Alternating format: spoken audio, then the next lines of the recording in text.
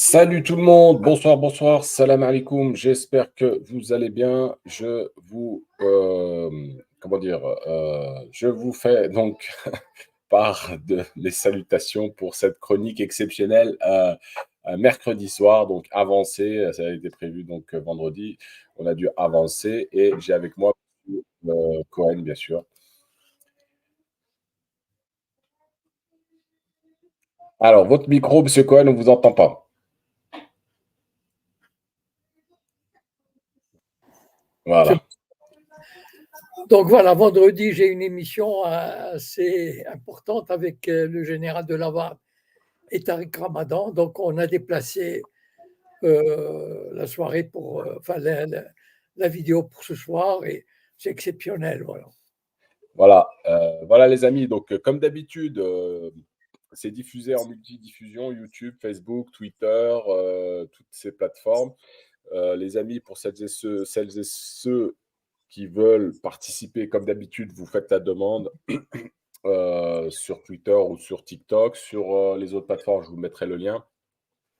Et on va bien sûr commencer avec l'actualité bouillonnante, toujours, Monsieur Cohen, en Palestine et au Liban.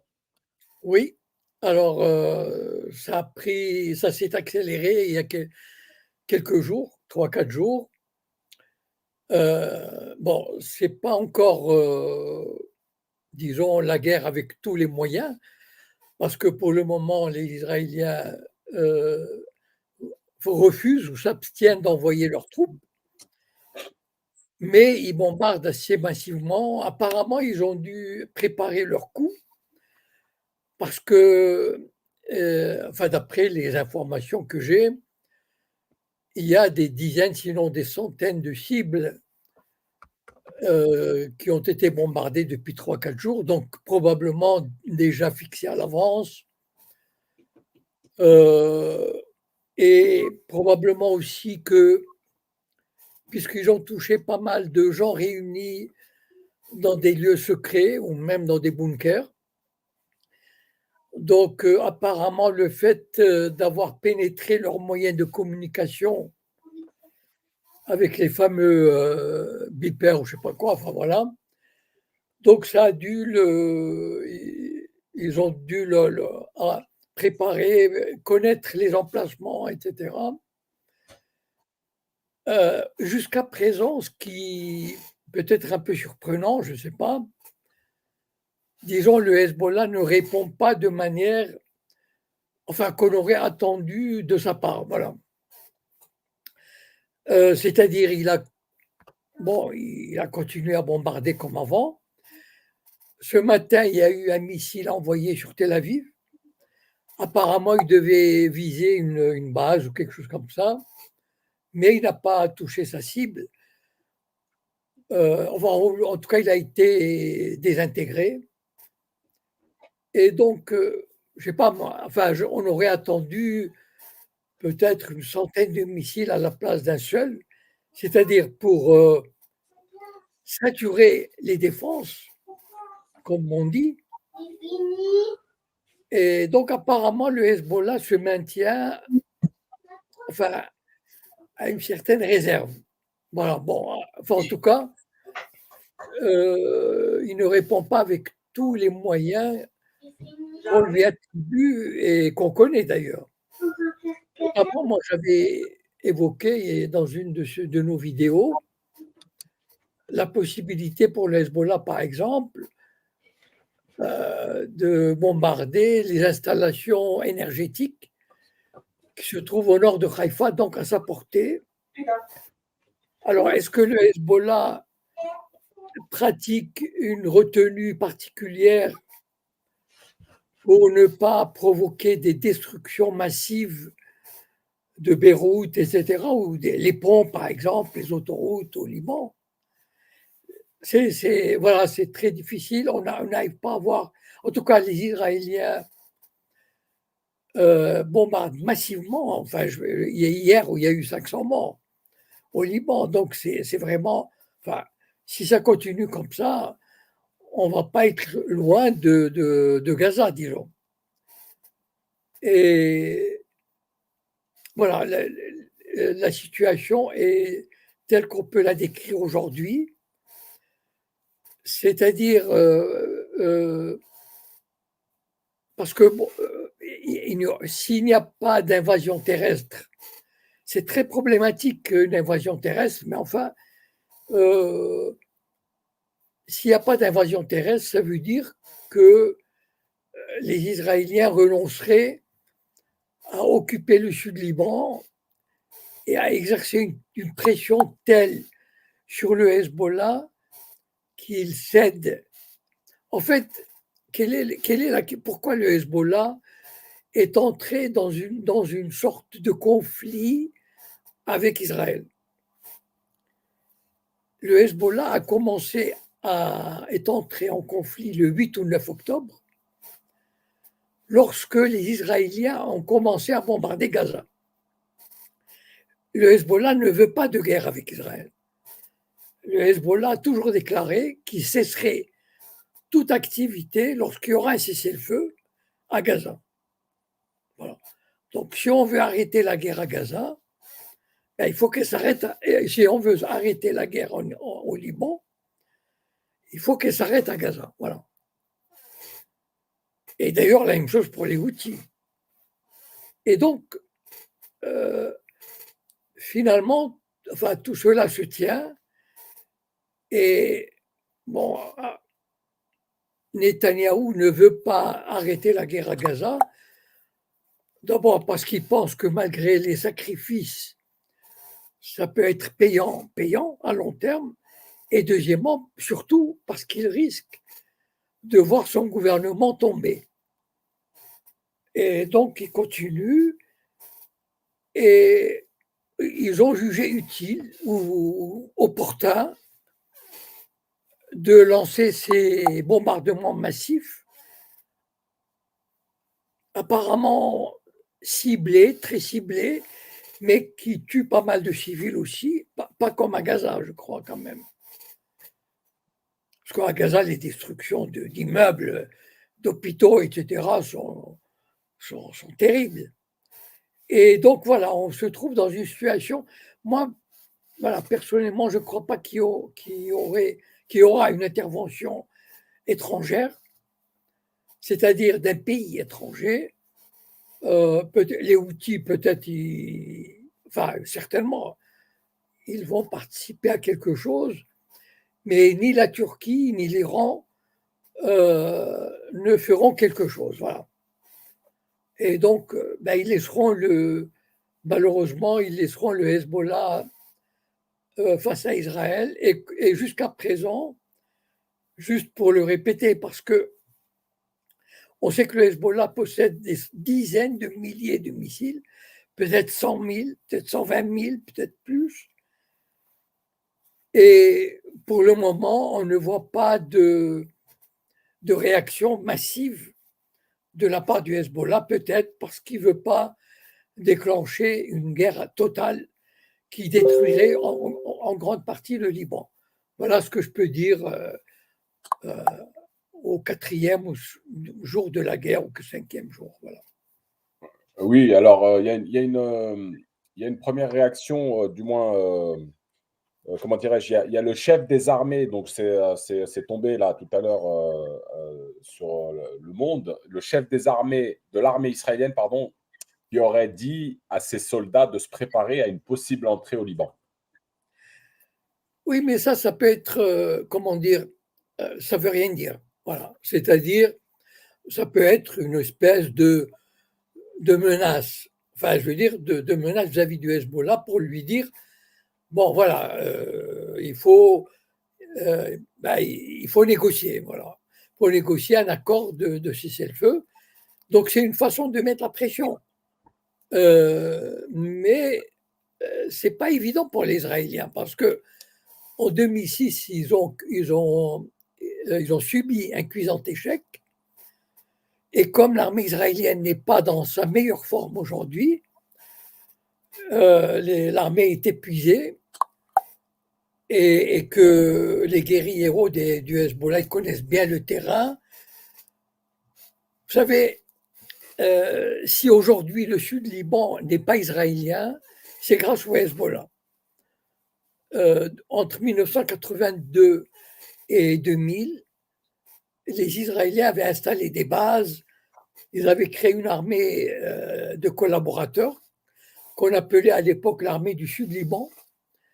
C'était des chrétiens payés, très, très bien payés, des mercenaires, avec des uniformes et tout, et qui, en attendant l'occupation israélienne, c'est-à-dire, mais il y avait des bases israéliennes, mais la résistance du Hezbollah fut telle que les Israéliens sont sortis en 2000, la queue entre les jambes, se sont quasiment enfuis.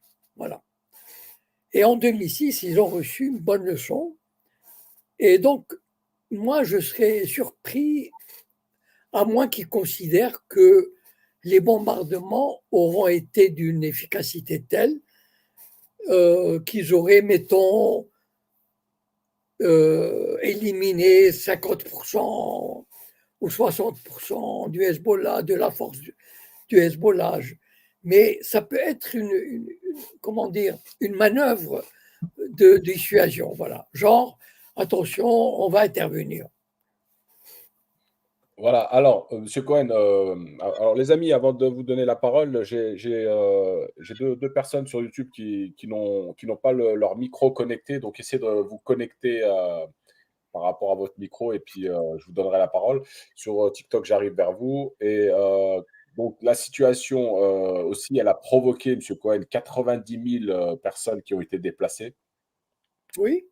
Et donc là, en marge d'une assemblée générale aux Nations Unies, ils vont évoquer la situation.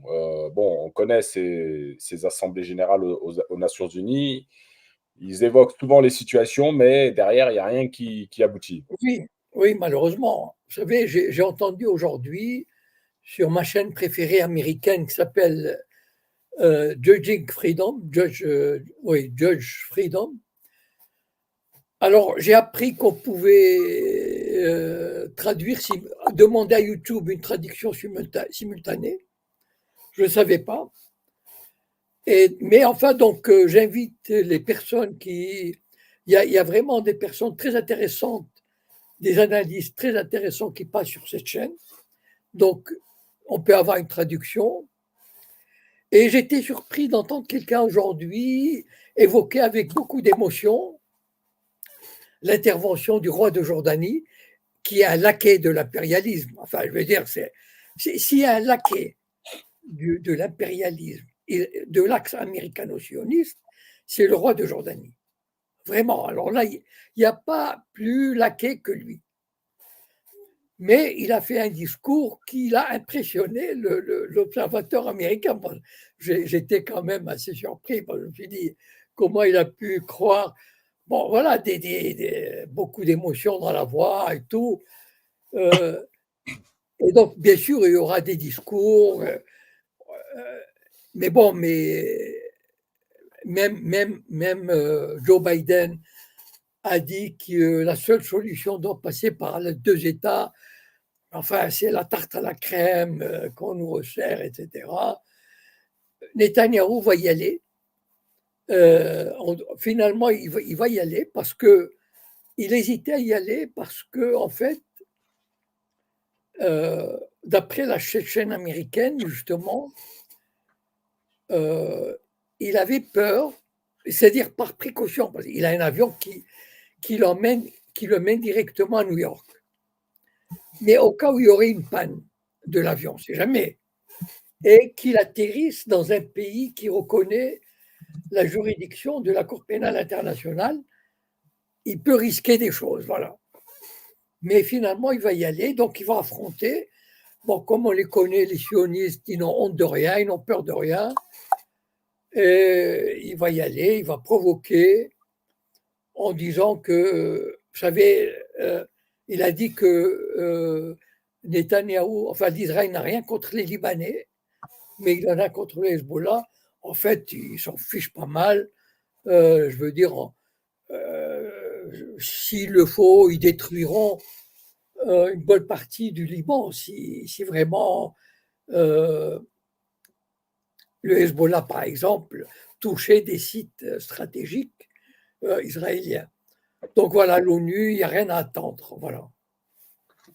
Ok. D'ailleurs, sur l'ONU, bon, je vais donner la parole à Gilles qui est avec nous sur TikTok, mais j'avais une question concernant l'ONU et la résolution qui avait été votée là, il y a une dizaine de jours concernant les colonies. Gilles, bonsoir. Alors, Oui, bonsoir. voilà. Ça va, vous m'entendez? Oui, très bien. Ok, toujours un plaisir de retrouver M. Cohen. C'est un homme dont la sagesse et on a du plaisir à écouter, quoi. Merci. Alors, ma question sera plutôt sur un plan économique. Parce que je me pose une question parce que l'argent, c'est le nerf de la guerre. Par exemple, quand le Hezbollah ou autre envoie des roquettes, ce sont des roquettes à $2000. Et en faisant mes recherches, on se rend compte que le dôme de fer, chaque roquette vaut presque 1,5 million. Alors, du coup, ma première question, c'est qui finance tout ça? Mais combien de temps ça va durer? Parce que finalement, c'est quand même un gouffre financier. Et la deuxième chose, c'est qu'il y a beaucoup d'entreprises qui commencent à quitter Israël. Beaucoup d'ingénieurs, de techniciens commencent à quitter Israël pour aller dans d'autres pays. Bizarrement, ils sont tous binationaux. Je ne sais pas pourquoi. Moi, je ne suis pas binational, je suis français. Donc, voilà. Et donc, voilà. Donc, je voulais avoir votre avis sur ça. Le coût de la guerre et surtout, qui finance? Parce qu'on ne comprend pas comment on peut rentrer dans un conflit d'une telle intensité alors qu'Israël n'a pratiquement pas de ressources. Merci, M. Cohen. Merci à vous. Ok, alors je vais vous expliquer pourquoi ce sont les binationaux d'abord qui partent. Parce qu'en fait, ceux qui sont partis cette année, ce sont des immigrants qui sont venus ces 2 ou 3 dernières années. C'est-à-dire, il y a beaucoup d'Américains, de Russes, de Français qui, vous savez, chaque année, il y a à peu près dans les 30 000 juifs qui émigrent en Israël, vers Israël. Et donc, ce sont des gens de fraîche date, des Israéliens de fraîche date. Donc, ils arrivent, peut-être qu'on a pris leurs enfants à l'armée, ils voient la situation terrible, ils ne sont pas habitués, ils pensaient venir dans un pays où il fait bon vivre, le bord de mer, il fait beau, etc. Et puis, ils tombent dans un pays en guerre. En général, ce sont des gens qui ont gardé une partie, enfin, qui ont un pied dans leur ancien pays. Voilà, et c'est pour ça que la très grande majorité des gens qui ont quitté Israël cette année ou depuis 2 ans, ce sont des binationaux pour cette raison que je vous explique. Parce que ce sont des immigrants de fraîche date. Voilà, donc ce sont des binationaux, ils ont encore leur ancien passeport en poche. Voilà. Alors, évidemment, cette guerre coûte. Mais je vous fais remarquer que, Israël reçoit 4 milliards de dollars par an de la part des États-Unis, d'aide militaire chaque année.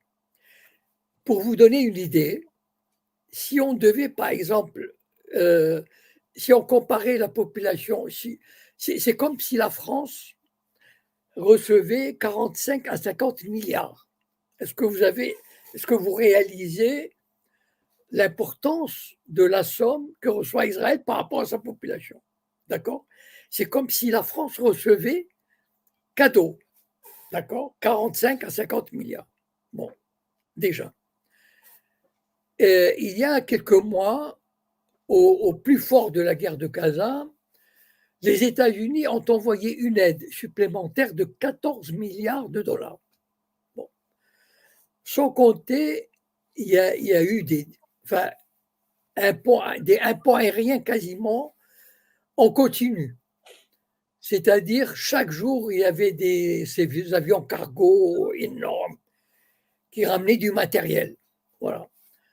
Donc, de ce côté-là, les Israéliens n'ont pas de problème, voilà, ni de recevoir l'armement, ni de recevoir les financements. Voilà. Donc, alors maintenant, effectivement, sur le plan intérieur, l'économie israélienne subit un coup assez sévère. Effectivement, il y a des grosses sociétés étrangères ou ce qu'on appelle en joint venture, c'est-à-dire en collaboration, qui ne sont pas venus ou qui ont mis fin. Mais moi, je pense, évidemment, si ça dure 5 ans ou 10 ans, ça peut porter un coup sévère ou mortel à l'économie israélienne. Mais si ça s'arrête dans 3 mois ou 6 mois, je pense que Israël aura la capacité de récupérer. Il ne faut pas oublier, Israël, c'est pas seulement, c'est pas une économie fermée comme ça. Il y a le soutien américain, il y a le soutien du lobby américain, il y a le soutien du lobby international. Vous savez, Israël, chaque année, vend, en dehors de l'aide, ils vendent des obligations, ce qu'on appelle les Israeli bonds. Ce sont des obligations. Ils récoltent quasiment 2 milliards de dollars par an. D'accord? Donc, en fait, Israël n'est pas si isolé que ça. Et donc, ces problèmes-là, jusqu'à présent, sont assez bien supportés. Voilà.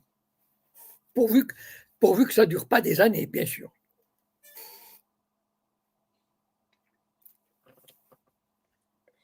Alors, merci M. Cohen pour la réponse. Je vais donner la parole à Baptiste avec nous sur YouTube. Bonsoir. Bonjour, est-ce que vous m'entendez bien? Oui, oui. Alors, j'ai deux questions. Une par rapport à la par rapport au moral des troupes israéliennes. Il paraît que il y a des désertions de plus en plus courantes et de plus en plus massives. Non pas qu'ils soient démotivés à tuer des gens, mais quand même, quand on tue des gens, on doit s'attendre à ce qu'on réponde, enfin à ce que les gens répondent. Et est-ce que c'est vrai d'abord? Est-ce que il y a des désertions qui commencent à se faire sentir et à peser? Et ma deuxième question, c'est est-ce que vous confirmez l'affirmation comme quoi Israël aurait recruté des Africains en leur promettant la citoyenneté israélienne s'ils vont se battre à Gaza? Alors, concernant la première question, à ma connaissance, il n'y a pas de désertion. Il y a de la fatigue parce que ce sont la moitié des soldats qui se battent aujourd'hui sont des réservistes, c'est-à-dire des gens qui ont 25, 30, 40 ans. Donc, qui sont commerçants, qui sont ingénieurs, qui sont profs, etc. Et qui, bon, en général, ils sont relevés, ils retournent, etc. Mais ils sont fatigués, mais à ma connaissance, il n'y a pas de désertion, il y a de la fatigue. Il y a eu un mouvement où disons qu'on en a assez de combattre, mais à ma connaissance, il n'y a pas vraiment un mouvement de désertion tel qu'on puisse dire l'armée israélienne est sur le point de collapser. Voilà. Alors, sur la deuxième question, moi, ça m'étonnerait parce que les Israéliens sont, comment dire, l'armée israélienne est une armée ethnique, juive. Des fois, bien sûr, ils intègrent des non-juifs, comme comme les Bédouins et les Druzes, qui sont des citoyens israéliens, mais pas les Arabes israéliens. Les Arabes israéliens sont dispensés du service militaire. Mais les Druzes et les Bédouins servent, mais ils savent qu'ils sont plus ou moins méprisés. Restent quand même des citoyens de seconde zone. Et donc, c'est une armée ethnique qui a le. Enfin, je veux dire, je vois mal comment on va intégrer des Africains parce que l'entraînement est très difficile.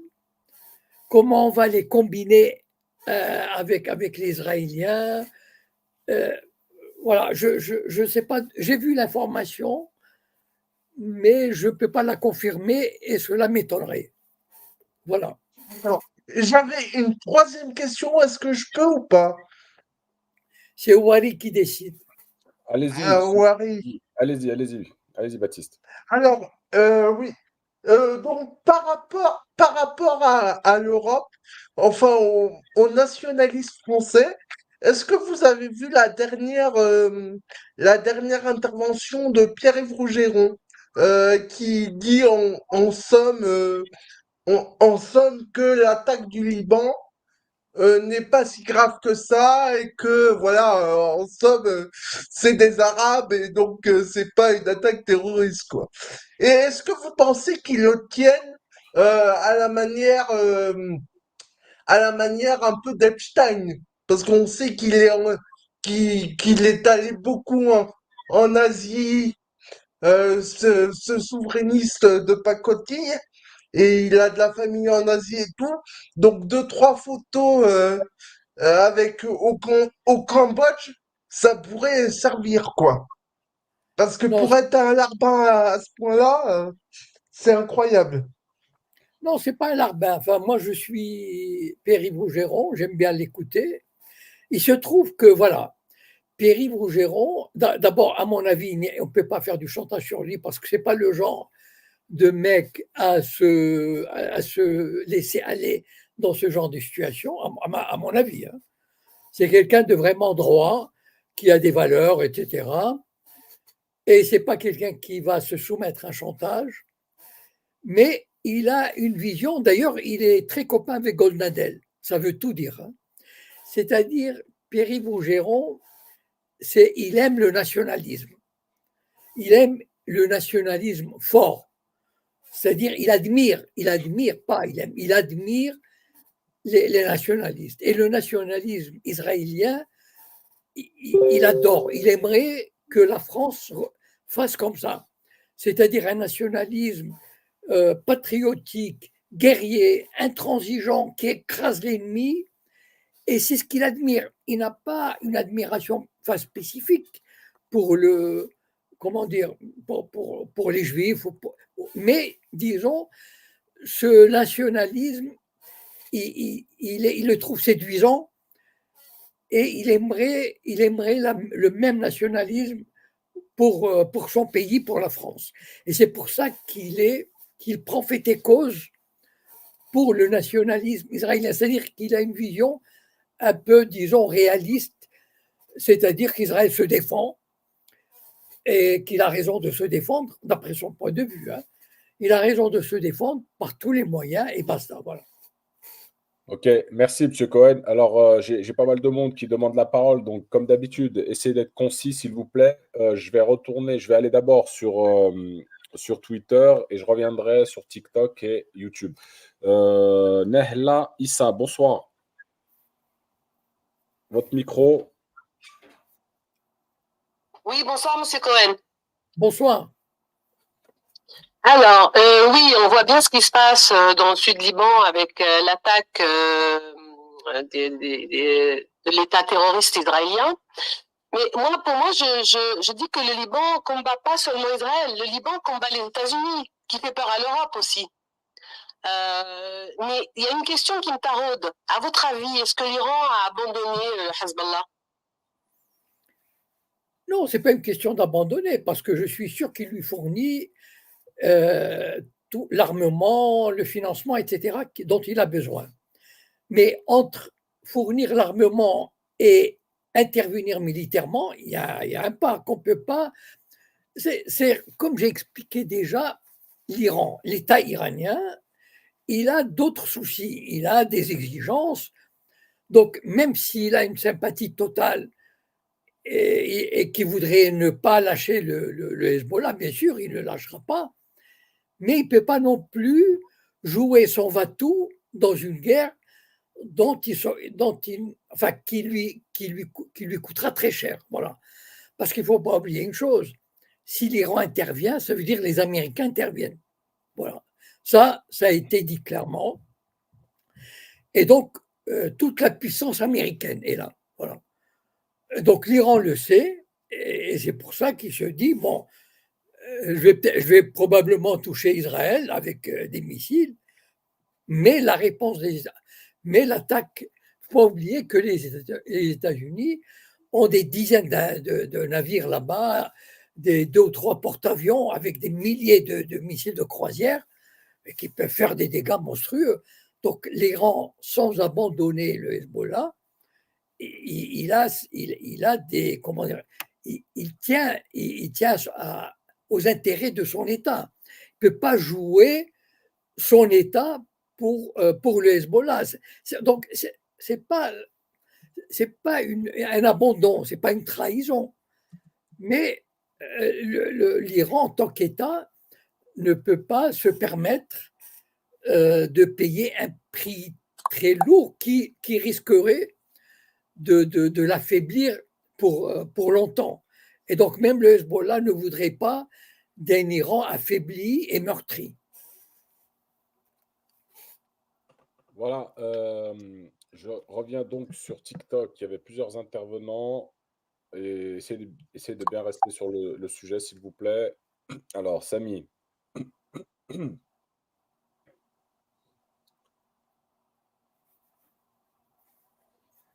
Samy, tu nous entends? Oui, bonjour. Bonjour. Alors, bonjour, M. Cohen. Moi, ma question était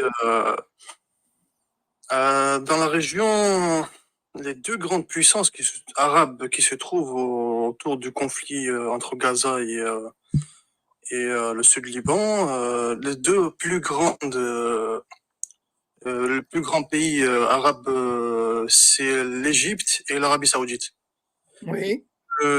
Qu'est-ce que l'Égypte et l'Arabie Saoudite peuvent pour l'arrêt des hostilités et ma question en fait se coupait en 2 et est-ce que d'un point de vue eschatologique, Monsieur Cohen est religieux, est-ce que le Hezbollah, parce que pour moi j'ai l'impression que c'est un peu un scénario. Étant musulman sunnite, Monsieur Cohen, vous savez qu'il y a une grande différence avec le chiisme.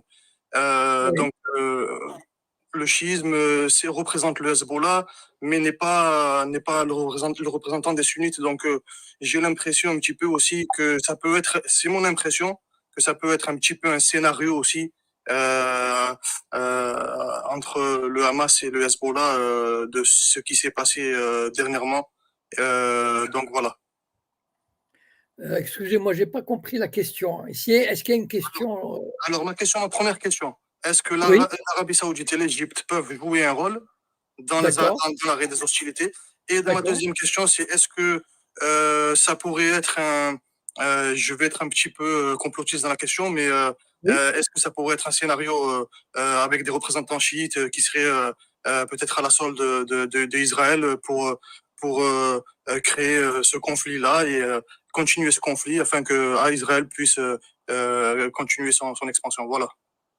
Alors, vous savez, les différences religieuses, les rivalités, disons, religieuses, sont artificielles, sont montées de toutes pièces. Ça ne veut rien dire hein, dans cette région. C'est une illusion de croire que la religion joue un rôle ou que les rivalités religieuses jouent un rôle. La preuve, l'Azerbaïdjan, c'est un État musulman chiite qui est allié d'Israël. L'Iran chiite était l'allié d'Israël sous le Shah. Et aujourd'hui, il est l'ennemi. Les chiites au Liban, le mouvement chiite libanais, avant 1982, était favorable à Israël.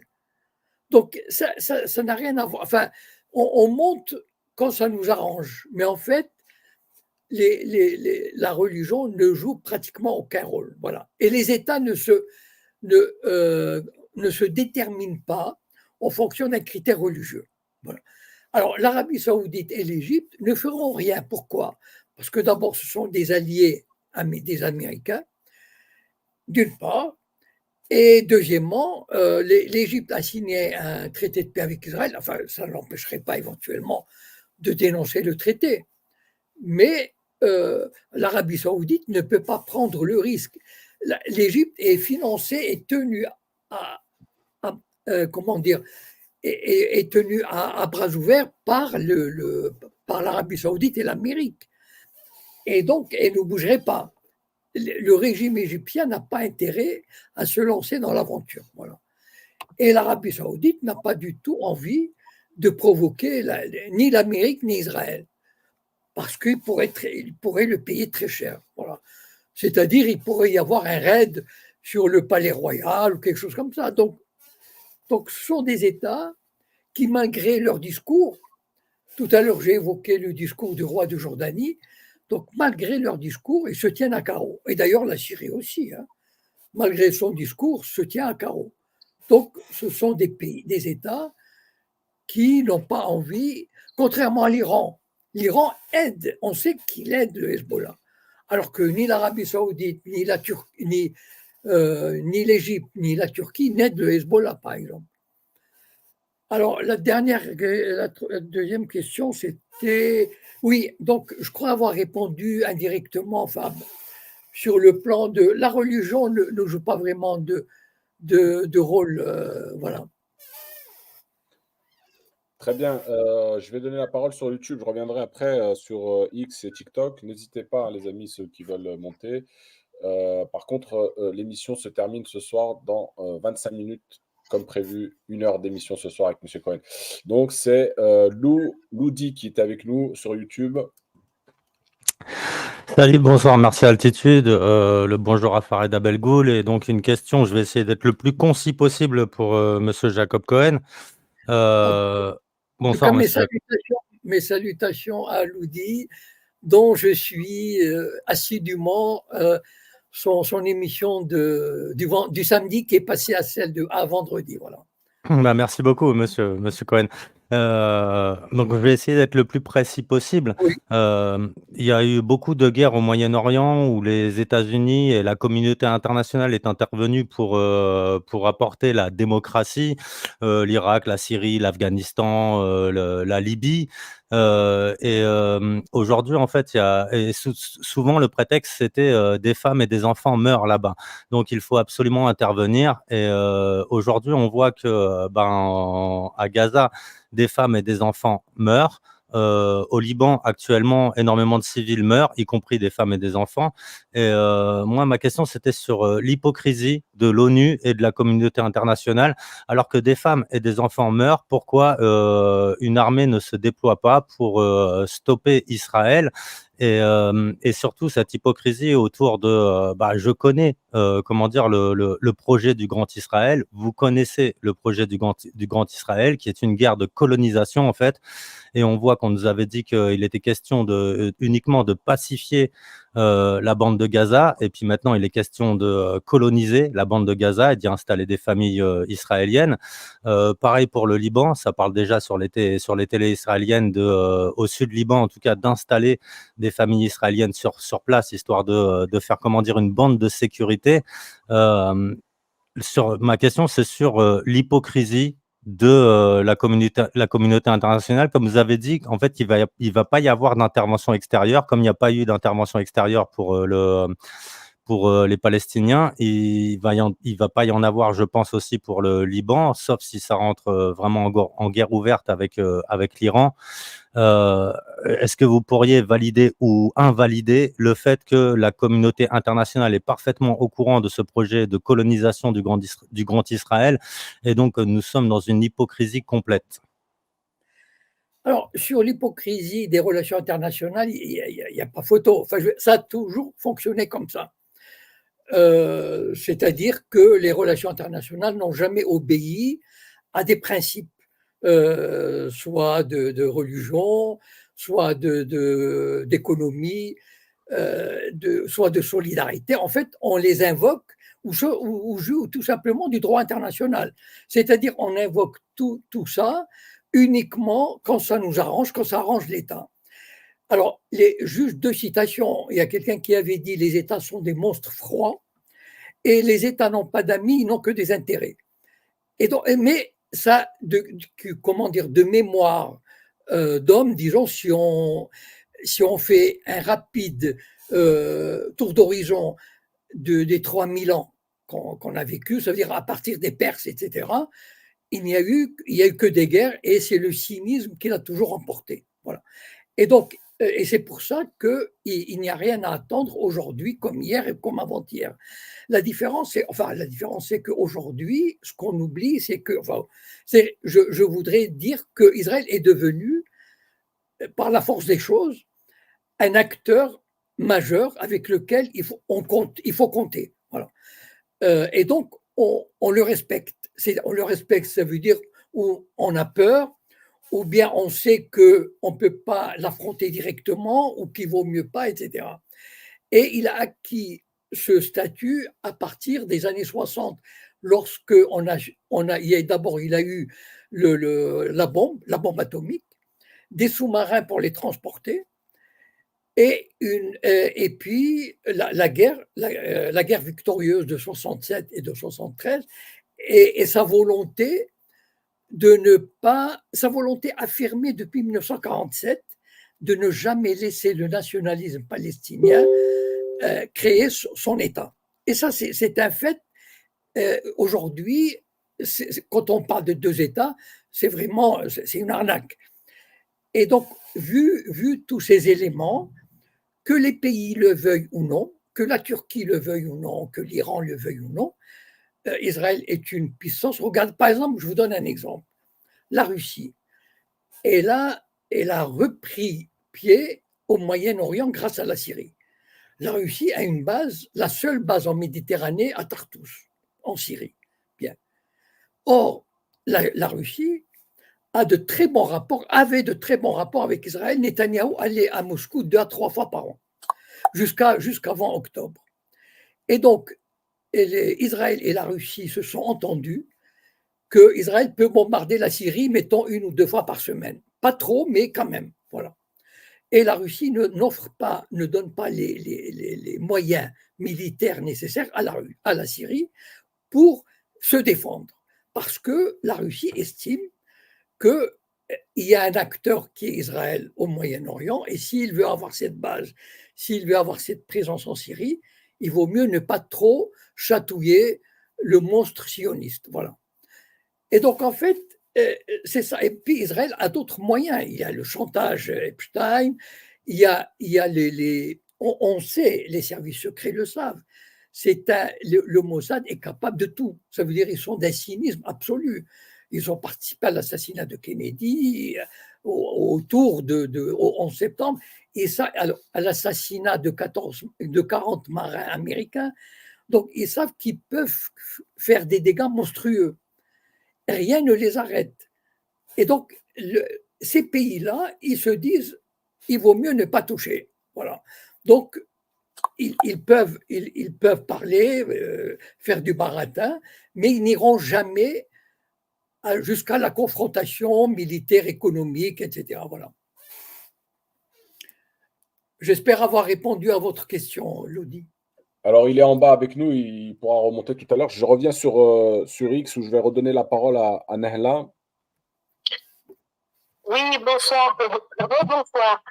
Vous étiez dans une émission, M. Cohen, je vous ai suivi, vous avez dit une chose intéressante, c'est que aujourd'hui, disons que chaque civilisation devient cruelle et a une sorte de cruauté pour pouvoir prendre le pouvoir. Toutes les civilisations ont eu leur tour. Peut-être qu'aujourd'hui c'est le tour, de la civilisation, disons si on peut parler juive, parce que c'est des gens de plusieurs origines.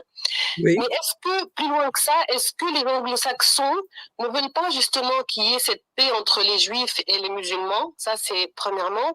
Deuxièmement, est-ce que la Chine a un rôle là-dedans? Parce que est-ce que c'est dans l'intérêt de la Chine que de laisser les États-Unis, à travers Israël, prendre le pouvoir dans toute cette région?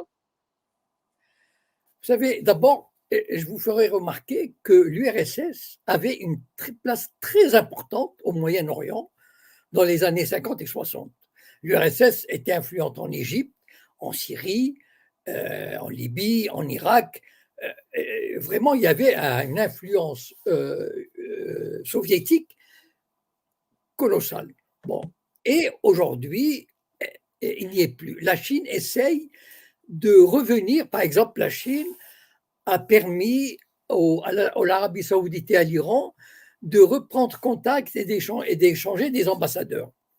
La Chine a réuni tous les, comment dire, tous les responsables des organisations palestiniennes, tous, à Pékin pour essayer de les réconcilier. Mais ça ne peut pas aller plus loin. Voilà, c'est-à-dire que la Russie, la Chine se heurtent à ce pays, à cet État israélien qui ne veut pas d'une solution à deux États, qui veut imposer sa politique à lui et qui a l'Occident derrière lui pour toutes sortes de raisons. Et donc, la Chine et la Russie sont un petit peu presque impuissants. Voilà, ils attendent peut-être que dans 2 ou 3 ans ou 4 ans ou 5 ans, je ne sais pas, peut-être que lorsque les BRICS seront beaucoup plus organisés, peut-être que dans quelques années, ils auront des leviers plus importants. À ce moment-là, oui. Mais au jour d'aujourd'hui, ils sont, à mon avis, en dehors des résolutions, etc., concrètement, ils n'ont pas les moyens d'agir. Voilà. Je pense que vous aviez une autre question, mais j'ai oublié, je crois. Enfin bon. Si elle nous entend, Nahla, votre Oui, micro. je vous entends. Oui. Je vous entends. Oui, je pense que Non, mais je vous voulais avez- dire que, oui, je dis aujourd'hui, c'est peut-être quelque part, en voyant l'histoire longue, c'est peut-être aussi le moment où cette culture juive a pris le pouvoir et comme Oui. toutes les civilisations, eh ben, c'est peut-être son tour aujourd'hui de monter jusqu'au jour où peut-être la Chine et la Russie, je sais pas. Oui, Parce qu'il faut voilà, avoir c'est-à-dire cette pensée-là que comme tous les peuples, dès qu'ils ont le pouvoir, ils en profitent pour s'élargir. voilà. Mais disons que c'est quand même une puissance assez fragile, disons. C'est-à-dire, d'abord, la société est faible, enfin, c'est une petite société. Il y a quoi, 7 millions d'Israéliens juifs, c'est pas grand-chose. Et c'est une société minée par des contradictions internes colossales qui vont devenir de plus en plus fortes. Et puis, l'appui occidental n'est pas éternel. Vous savez, l'Occident, il peut trahir n'importe quel allié. Hein. Et l'Occident, il faut vous rappeler quand même, jusqu'en 1950, n'a jamais eu beaucoup de sympathie pour les Juifs. Donc, ils peuvent très bien se retourner contre eux, ils peuvent les lâcher, etc. Si l'occasion se présentait, si les conditions étaient réunies, ils peuvent très, très, très bien les lâcher. Donc, c'est pas vraiment. Vous savez, les Israéliens ont coutume de dire nous sommes là pour 1000 ans. Et je leur dis aussi, vous savez, le national-socialisme l'avait dit aussi, qu'ils étaient là pour 1000 ans. Voilà.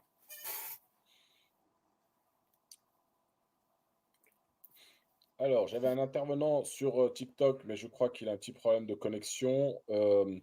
Du coup, Monsieur Cohen, je crois il nous reste pas beaucoup de temps. Je crois qu'on va parler de la question que nous avions vue ensemble. Oui, d'accord. Alors, c'était concernant donc l'abbé Pierre. Oui, voilà, je voulais dire quelques mots sur l'abbé Pierre. Voilà. Voilà. Alors, je peux y aller ou Ouais, ben, je vais quand même la poser la question, puis vous réagirez derrière. Voilà, donc c'était concernant donc l'abbé Pierre. Est-ce que l'affaire des scandales sexuels de l'abbé Pierre ne serait-il pas mise en exergue par les pro-sionistes, en sachant bien sûr que l'abbé Pierre était un ami proche de Roger Garaudy? Exactement. L'abbé Pierre avait dans une préface ou une lettre, je ne me souviens plus, donné son appui à Roger Garaudy lorsqu'il a publié son livre Les mythes fondateurs de l'État d'Israël. Et donc, quand même dans les années 90, à une époque où l'abbé Pierre avait une voix très importante. Bon, il a de fortes chances que aujourd'hui, peut-être qu'on avait ressorti des déclarations de l'abbé Pierre, etc. Et pour décrédibiliser cette sympathie de l'abbé Pierre pour les thèses de Roger Garaudy, pour les crimes commis contre les Palestiniens, on a sorti une affaire qui apparemment est cousue de fil blanc. Je m'explique.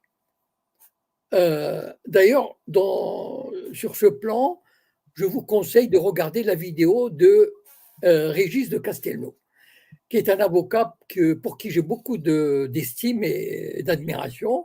C'est quelqu'un de très intègre, de très compétent. Et en fait, qui a lancé l'affaire de l'abbé Pierre? D'abord, Mediapart, dont on connaît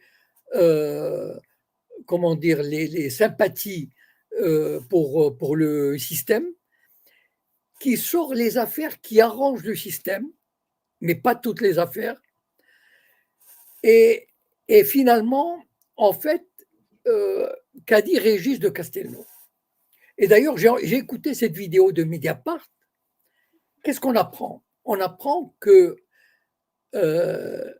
c'est vrai que dans les années 50 et après, l'abbé Pierre avait des comportements, comment dire, incorrects. Voilà. Il n'a jamais violé une femme. Il a juste, mettons, pris des femmes dans ses bras un peu plus fortement, en tentant de les embrasser. Voilà. Bon, il a eu des comportements indécents. Voilà. Et dans les années 50, ce que dit Régis de Castelnau, c'est que si on l'avait jugé à l'époque, bon, aujourd'hui, même dire à une femme qu'est-ce que vous êtes belle, vous pouvez être condamné. Hein. Donc, mais à l'époque, dans les années 50, ce qu'a fait l'abbé Pierre, il n'aurait jamais pu être condamné pour ça, devant un tribunal, bien sûr. Voilà. C'est-à-dire, ce sont des faits répréhensibles socialement, mais qui n'entraînent pas une condamnation pénale. Donc aujourd'hui, on essaye d'introduire dans l'esprit des gens, fallacieusement, d'entraîner dans l'esprit des gens que l'abbé Pierre était un délinquant sexuel, alors qu'il n'a jamais violé une femme. Il n'a jamais commis ce qu'on peut appeler un délit sexuel sur une femme. Encore une fois, même le témoignage de cette femme qui est passée sur Mediapart, je l'ai entendu, je l'ai écouté avec beaucoup d'attention. Bon, elle disait, voilà, le type m'a pris dans ses bras, il a tenté de m'embrasser. Voilà, bon, ben, vous savez, il y a tellement de mecs au boulot, au bureau, il y a tellement de choses comme ça qui se passent. Mais il n'y a jamais, il n'y a rien eu de pénalement condamnable. Voilà. C'est-à-dire au sens du délit et selon la période considérée. C'est-à-dire on parle des années 50 et 60. D'accord? Voilà. Aujourd'hui, c'est pas pareil. Donc en fait, vu tous ces éléments, j'ai voulu, comme quelqu'un me l'avait demandé sur Facebook, j'ai voulu apporter ces précisions parce qu'aujourd'hui, vraiment, on est en train de monter cette affaire. Et malheureusement, la Fondation Abbé Pierre est en train d'enlever son nom de tous des institutions, d'effacer son nom. C'est vraiment dégueulasse ce qui se passe. C'est-à-dire, on essaye de le diaboliser, de le déconsidérer, bref, de l'effacer de la mémoire. Voilà. Et comme on a fait de Roger Garaudy, vous savez, il y a une technique des Sayanim, ça veut dire du lobby judéo-sioniste, c'est d'effacer de la mémoire un intellectuel ou un homme de loi ou un homme important qui prend des positions anti-israéliennes. Voilà. Prenez Roger Garaudy, par exemple, qui aujourd'hui, je parle des jeunes, bien sûr, jusqu'à 30 ans, alors que c'était un des plus grands intellectuels du XXe siècle. Il a écrit une centaine de livres. Et donc aujourd'hui, on a quasiment enlevé ses livres des bibliothèques. Il n'y a pas de colloque sur Roger Garaudy. On l'a effacé. C'est ça qui est terrible. On l'a effacé, Roger Garaudy, de la mémoire intellectuelle française. Et donc, on essaye aujourd'hui de faire la même chose avec l'abbé Pierre, de peur que les déclarations de l'abbé Pierre sur la Palestine, sur Roger Garaudy, ressurgissent et apportent de l'eau au moulin aux antisionistes. Voilà. Et voilà aussi la force, malheureusement, du lobby judéo-sioniste qui va probablement arriver à ses fins, vu l'hystérie déclenchée contre l'abbé Pierre et l'impossibilité pour nous. J'ai une petite voix, même Régis de Castelnau, il a une petite voix, si vous voulez, relativement. C'est-à-dire que les médias officiels tentent de le considérer comme un complotiste, tentent d'étouffer sa voix. Et donc, en fait, il y a presque une quasi-unanimité pour effacer la mémoire de l'abbé Pierre, et c'est vraiment malheureux. Voilà. Alors, M. Cohen, bien sûr, pour ceux qui ne connaissent pas Roger Garaudy, il était aussi connu pour son négationnisme. Je ne sais pas s'il était négationniste. Peut-être, je ne connaissais pas cet aspect-là. Je savais pas qu'il était négationniste. Quand on tape Roger Garaudy, il y a ça qui ressort, en tout cas sur Google. Et du coup, c'est aussi peut-être pour ça que justement, comme vous venez de nous expliquer, que justement, on essaye d'effacer tout son parcours. Ah oui, mais de toute façon, Roger Garaudy, aujourd'hui, on est arrivé. Hein. Je veux dire, moi, vous savez, je suis allé à la bibliothèque. Bon, je suis rentré sur le site des bibliothèques municipales parisiennes, et il n'y a quasiment plus de livres de Roger Garaudy, alors qu'il a écrit une centaine de livres. Dans les années 60, 70, 80, c'était un très grand intellectuel, presque l'équivalent de Sartre, presque. Enfin, je veux dire, voilà. Eh bien, aujourd'hui, depuis, d'ailleurs, il a été obligé, il a quasiment vécu le reste de sa vie après. Je ne sais plus dans quel pays arabe il est allé s'exiler. Il s'est converti à l'islam, etc. Enfin bon, ça n'a pas de lien. Mais disons, il était devenu indésirable en France. Voilà. Ouais. Très bien, je vais redonner la parole à on va conclure bientôt, donc j'y vais. Je redonne la parole à Loudi qui va nous quitter. Et puis, si merci beaucoup, Altitude. Si tu veux rebondir aussi sur Roger Garaudy, je t'en prie. Je connais pas ton prénom, donc je t'appelle Altitude, mais merci beaucoup de me redonner la parole. Déjà sur l'analyse de Monsieur Cohen sur l'abbé Pierre et Roger Garaudy, j'en arrive à la même conclusion. Aujourd'hui, si post-mortem la mémoire de l'abbé Pierre est complètement souillée, c'est vraiment pour son soutien à Roger Garaudy, à savoir que Roger Garaudy, comme le disait M. Cohen, a écrit des centaines de livres, mais il a écrit 2 livres sur le catholicisme, il a écrit 1 livre sur l'islam, je crois que ça s'appelle Grandeur et décadence de l'islam, et jamais il a été attaqué sur ses ouvrages sur les autres religions. À partir du moment où Roger Garaudy a écrit le mythe de la politique israélienne, et bien à ce moment-là, il s'est fait complètement descendre dans les médias. On l'a accusé de négationniste tout simplement parce que il a remis en question évidemment l'histoire dont personne ne peut parler, l'histoire des chambres à air, comme vous savez tous. Et en fait, sur ça, en tout cas, Monsieur Cohen, je vous rejoins parfaitement. Je suis ravi de savoir que vous écoutez le Journalou, et j'aimerais bien vous recevoir. Donc, je vous donne mon adresse mail. Si vous pouvez me contacter à cette adresse mail, c'est loukichante@gmail.com. Donc, alors, si vous pouvez est-ce que vous pouvez l'écrire dans le chat ou l'envoyer à Altitude, parce que... Alors, ça s'écrit comme ça se prononce, loukichante. loukichante@gmail.com. Loukichante. Voilà, loukichante@gmail.com. J'aimerais bien vous recevoir dans une émission aussi pour pouvoir débattre un petit peu plus profondément sur tout ce qui se passe actuellement au Liban et @gmail.com. C'est ça. D'accord. Ok. Et j'invite aussi tous les auditeurs, parce que là je rediffuse en même temps sur des lives où vous êtes 622, et je rediffuse en même temps sur YouTube où je crois que vous êtes près de 400. J'invite tous les auditeurs aussi à s'abonner à la chaîne de Farida Belkoul et aussi à s'abonner à la chaîne d'Altitude. Voilà. Et donc, ben, à rejoindre ces chaînes-là parce que je pense que ça fait partie du boulot et comment dire des choses dont les gens doivent prendre conscience. Voilà.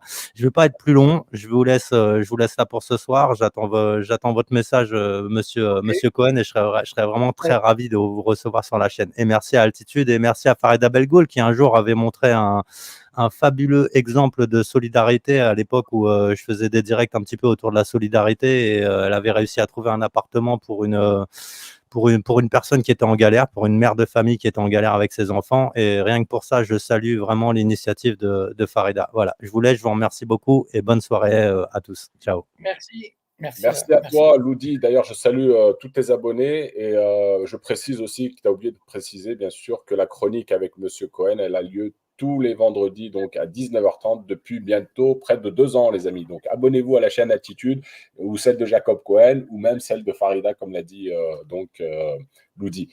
Excellente soirée à vous. Merci, au revoir. Voilà. Donc, Monsieur Cohen, on a une dernière question sur TikTok. Une dernière, oui. Voilà. Donc, c'était Asma, si elle nous entend. Asma, ton micro. Alors, je te donne le micro. Asma, tu nous entends?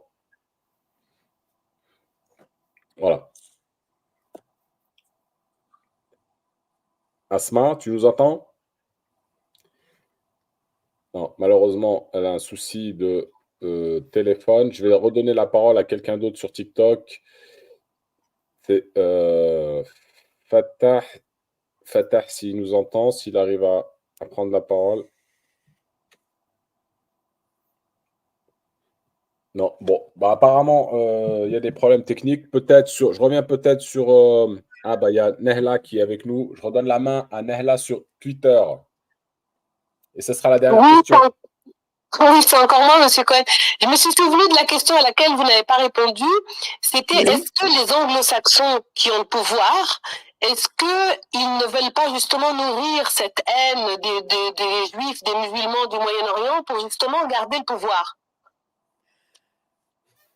Non, enfin, je ne crois pas. C'est plutôt les sionistes qui veulent pas, comment dire, qui veulent détruire toute société où les juifs et les musulmans s'entendent. Par exemple, ils ont tout fait pour détruire les sociétés, les communautés juives qui vivaient dans les pays arabes. Les Américains, ils peuvent peut-être, enfin, je ne pense pas qu'ils aient poursuivi cet objectif de façon intentionnelle. Alors que les sionistes, oui. Ça veut dire les sionistes, dans tous les pays arabes, ils ont envoyé des centaines, sinon des milliers d'agents. Je me souviens, ils ont fait au Maroc, ils ont fait ça en Égypte, en Libye, au Liban, etc., pour rendre la vie des Juifs impossible, pour les faire haïr par les musulmans, et finalement, pour qu'ils partent et pour qu'ils démontrent regardez, les Juifs ne peuvent pas vivre dans les pays arabes. Et malheureusement, moi j'ai toujours dit que les Juifs, historiquement parlant, si on prend les 10 derniers siècles, ont vécu 1000 fois mieux dans les pays arabes et musulmans que dans les pays chrétiens. Voilà. Mais malheureusement, le sionisme, quasiment une de ses politiques de base, c'est d'abord d'effacer cette coexistence de leur mémoire et d'avoir rendu impossible, alors qu'il y avait des communautés très très bien intégrées, très fortes et très bien intégrées au Maroc, en Égypte, partout, dans tous les pays arabes. Et malheureusement, les sionistes ont rendu cela impossible. Voilà. Allez, ça sera la fin, Monsieur Cohen, pour vous. Merci encore. Et puis, bonne émission à vous vendredi avec Tariq Ramadan et le général Delaware, qu'on pourra suivre, bien sûr, sur quelle chaîne? Alors, sur la chaîne de Eric Montana, je ne sais pas comment il s'appelle. D'accord, sur TVADP, d'accord. Voilà. Ok, très bien. Et ce sera à quelle heure? Alors, à 20h. Voilà, pour ceux qui veulent suivre l'émission, vendredi à 20h sur TVADP. De toute façon, je la posterai après sur mes sites le lendemain. Voilà. Voilà, et puis nous, on se donne rendez-vous la semaine prochaine. Merci, M. Cohen. Bonne soirée à tous et à la prochaine, à vendredi d'après.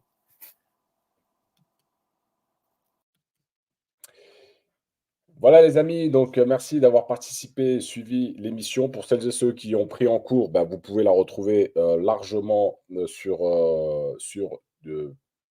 les chaînes YouTube, dont la mienne, bien sûr, Altitude, celle de Jacob Cohen ou celle de Farida qui, effectivement, nous donne l'accès à sa chaîne pour retransmettre. D'ailleurs, je la salue, Farida. Retransmettre donc la chronique hebdo avec Jacob Cohen. Les amis, sur TikTok, je vais laisser un petit peu ouvert encore un petit peu, donc patientez. Je vais clôturer sur YouTube. Et autre chose, n'oubliez pas, bien sûr, pour celles et ceux qui veulent participer à la cagnotte pour donner un coup de main à notre sœur Nabila Kilani, qui faisait un travail humanitaire en Palestine, dans la bande de Gaza, au nord de la bande de Gaza exactement, et qui donc a dû quitter la région, du moins s'éloigner de cette zone pour pouvoir survivre à la situation. Et donc, il y a une cagnotte qui est organisée depuis le début de l'année, je le rappelle, qui ira directement à Nabila Kilani, qui faisait un travail humanitaire pour aider les enfants, dans le domaine scolaire, ou alors pour apporter du soutien aussi par rapport à tout ce qui s'est passé dernièrement, que ce soit dans le domaine des médicaments ou des vestimentaires, de l'eau, tout ça. Donc voilà, c'est le lien, il est en description de la vidéo. On participe, ceux qui peuvent le faire, faites-le. Si vous n'avez pas la possibilité, au moins partagez-la, s'il vous plaît. Et bien sûr, en fin d'année, on remettra tous les dons pour Nabila. Voilà, excellente soirée à vous, bonne fin de semaine à vous, et on se retrouve vendredi prochain, donc avec Jacob Cohen et bien sûr d'autres intervenants, et Claude Janvier qui est prévu le mercredi 2 octobre. Voilà les amis, excellente soirée et à bientôt. Salam alaikum.